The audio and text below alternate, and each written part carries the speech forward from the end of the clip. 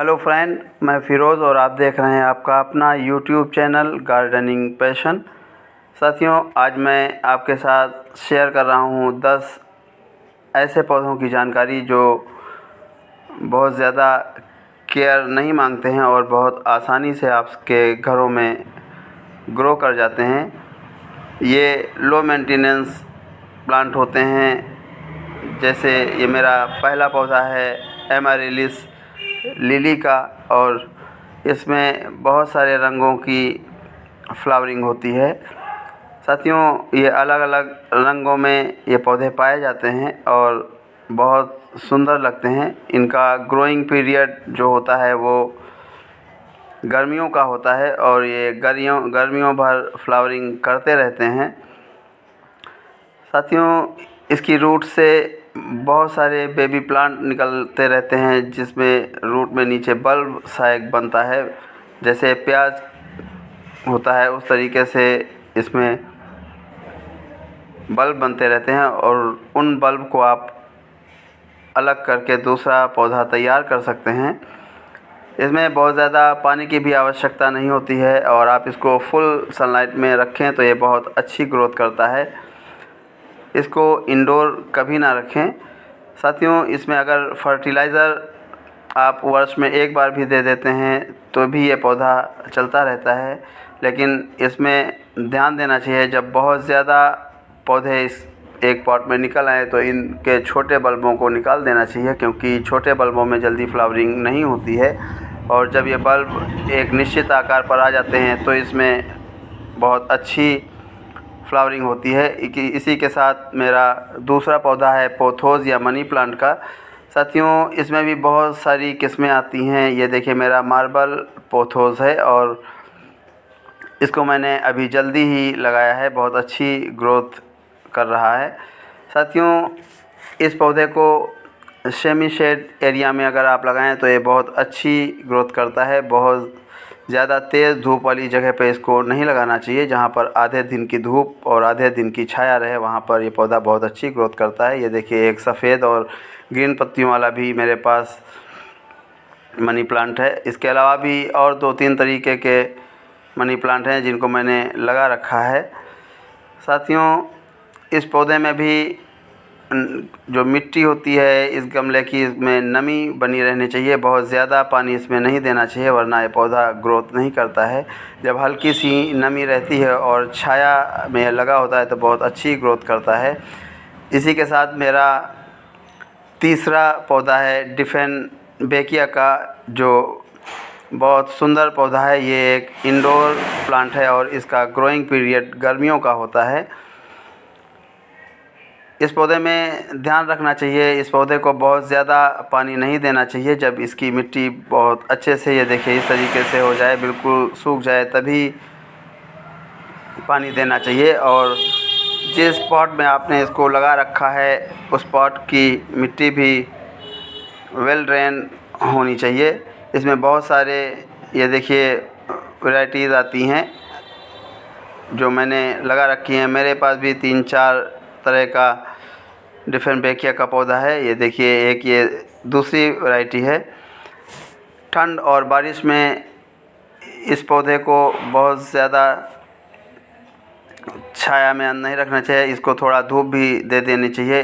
इसी के साथ मेरा चौथा पौधा है कैलेंचो सेराटा का। इसे गुड लक प्लांट के नाम से भी जानते हैं और ये बहुत सुंदर पौधा होता है। इसकी लीफ से छोटे छोटे से बेबी प्लांट निकलते रहते हैं जो इसके पॉट में गिर जाते हैं और ये नया पौधा बन जाता है। आप इन बेबी प्लांट को अलग करके नया पौधा बना सकते हैं। ये एक सकुलेंट वैरायटी का पौधा है और इसको आप बहुत ज़्यादा पानी ना दें। इसको आप फुल सनलाइट में भी अगर लगा देते हैं तो भी ये बहुत अच्छी ग्रोथ करता है। इंडोर इस पौधे को ना रखें, इंडोर ये पौधा ख़राब हो जाता है। साथियों, अगर इसका एक पौधा आप लगा लेते हैं तो आपके घर पर बहुत सारे पौधे हो जाते हैं, क्योंकि इसकी हर लीफ से लगभग 10-12 के आसपास पौधे निकलते हैं और भी ज़्यादा ही रहते हैं। साथियों, इसी के साथ ही इस पौधे में बहुत ज़्यादा फर्टिलाइज़र की भी ज़रूरत नहीं होती है।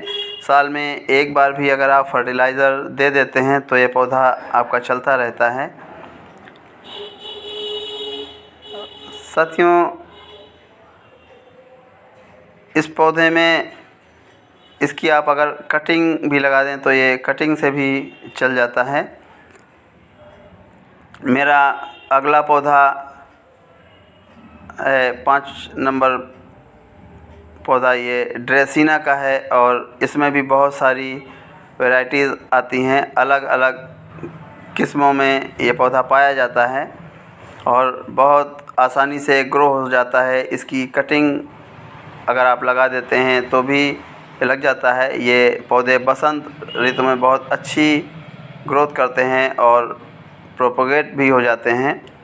साथियों, बारिश के दिनों में इन पौधों में थोड़ा ध्यान देना होता है, बहुत ज़्यादा पानी इसमें ना होने पाए, और ठंड के दिनों में भी ये डोरमेंसी के पीरियड में चले जाते हैं। इसी के साथ मेरा छठा पौधा है स्नेक प्लांट, और ये भी बहुत अच्छा पौधा होता है। इसको आप इंडोर भी रख सकते हैं। ये छोटी और बड़ी पत्तियों वाला पौधा पाया जाता है और बहुत सारी रंगों में भी पाया जाता है। कुछ पीली धारियों वाले भी पौधे होते हैं।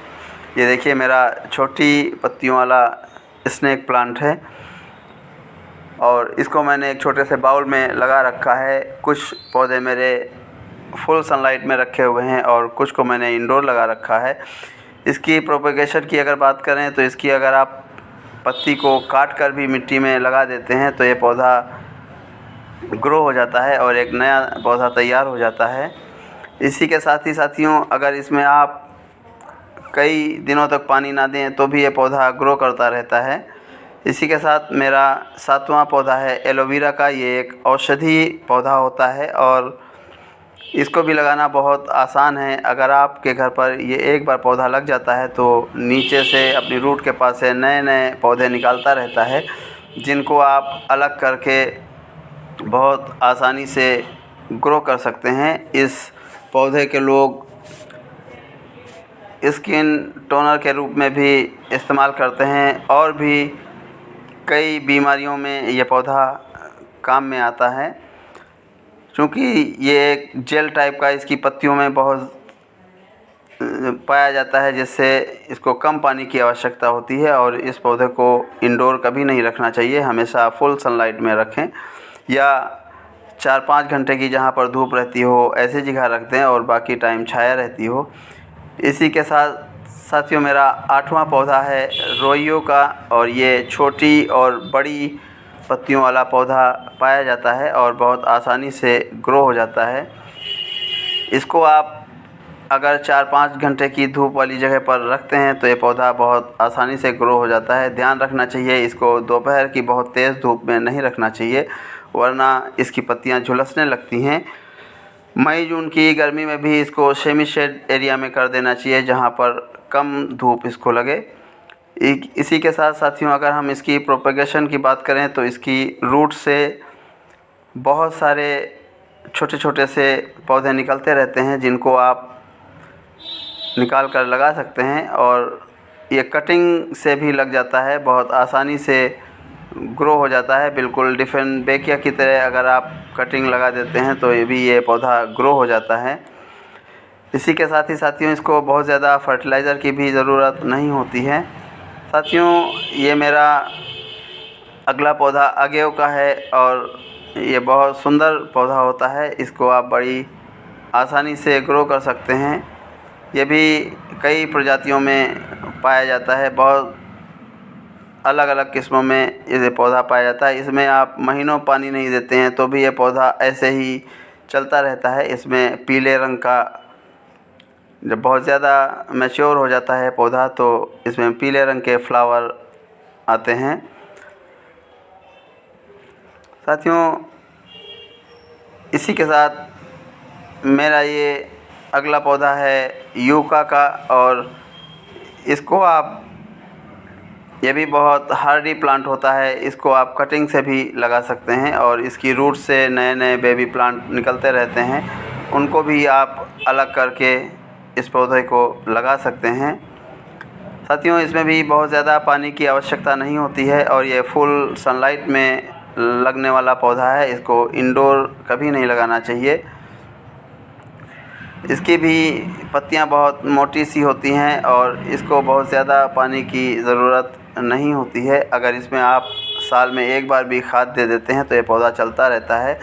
इसी के साथ साथियों, ये देखिए जेड प्लांट का पौधा है और ये भी कटिंग से ग्रो हो जाता है।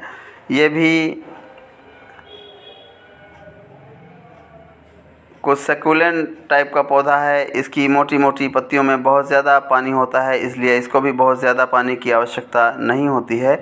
और इस पौधे को लोग बोनसाई के रूप में ग्रो करते हैं, बहुत सुंदर लगते हैं। मेरे पास भी 1-2 बोनसाई इस पौधे के हैं। साथियों, अगर ये मेरी जानकारी आपको अच्छी लगी है तो प्लीज़ मेरे वीडियो को लाइक और शेयर करें, मेरे चैनल को सब्सक्राइब करें। इसी के साथ इजाज़त चाहता हूँ, फिर मिलूँगा। धन्यवाद।